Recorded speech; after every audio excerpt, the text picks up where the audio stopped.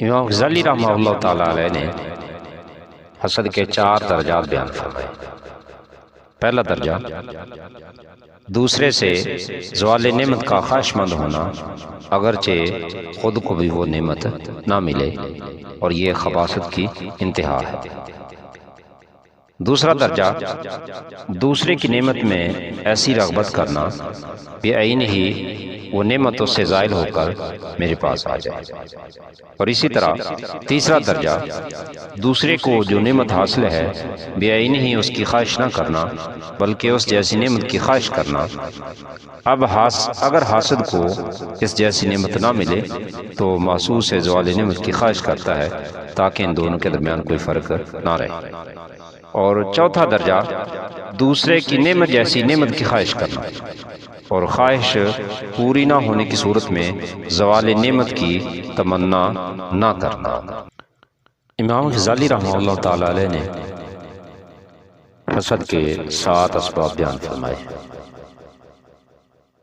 فرماتے ہیں کہ ایک شخص جب دوسرے کے پاس نعمت کو ناپسند کرتا ہے تو اس کی ایک وجہ دشمنی ہوتی ہے جس کے سبب سے وہ اس کی بھلائی نہیں چاہتا۔ اور حسد کا یہ سبب صرف ہم پلہ لوگوں کے ساتھ خاص نہیں ہوتا بلکہ کبھی ادنا شخص بادشاہ سے حسد کرتا ہے اور اس سے زوال نعمت کی چاہت کرتا ہے، اور وہ بادشاہ سے اس وجہ سے بغض رکھتا ہے کہ اس کو یا اس کے محبوب کو بادشاہ کی طرف سے تکلیف پہنچی ہوتی ہے۔ اور کبھی حسد کا سبب یہ ہوتا ہے کہ حاسد جانتا ہے کہ صاحب نعمت اپنی نعمت کے ذریعے اس پر تکبر کرے گا، اور وہ عزت نفس کی خاطر اس کے تکبر اور بڑائی کو برداشت کرنے کی طاقت نہیں رکھتا، لہذا وہ حسد کرنے لگتا ہے۔ تعزز کے سبب سے حسد ہونے سے یہی مراد ہے۔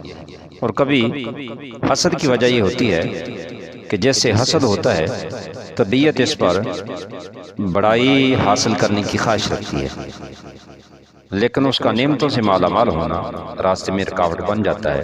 تکبر کے سبب حسد ہونے سے یہی مراد ہے۔ اور بعض اوقات کوئی شخص عظیم نعمت اور بڑے منصب کا مالک ہوتا ہے اور حاسد اس بات پہ حیران ہوتا ہے کہ اتنی بڑی نعمت فلاں کو کیسے ملی، لہٰذا وہ حسد کا شکار ہو جاتا ہے۔ تعجب سے حسد ہونے سے یہی مراد ہے۔ اور کبھی انسان کو دوسروں کی نعمتوں کے سبب اپنے مقاصد کے فوت ہونے یا اپنی اغراض کی تکمیل میں دشواری کا خوف ہوتا ہے، لہذا یہ اس کے سبب سے حسد کرنے لگتا ہے۔ اور کبھی حسد کا سبب حکومت کی چاہت ہوتی ہے، وہ چاہتا ہے کہ اسے ایسی نعمت حکومت ملے کہ جس میں کوئی اس کا ہم پلہ نہ ہو۔ اور کبھی حسد کا سبب ان اسباب میں سے کوئی نہیں ہوتا بلکہ انسان اپنی باطنی خباثت اور بخل کی وجہ سے حسد کرتا ہے،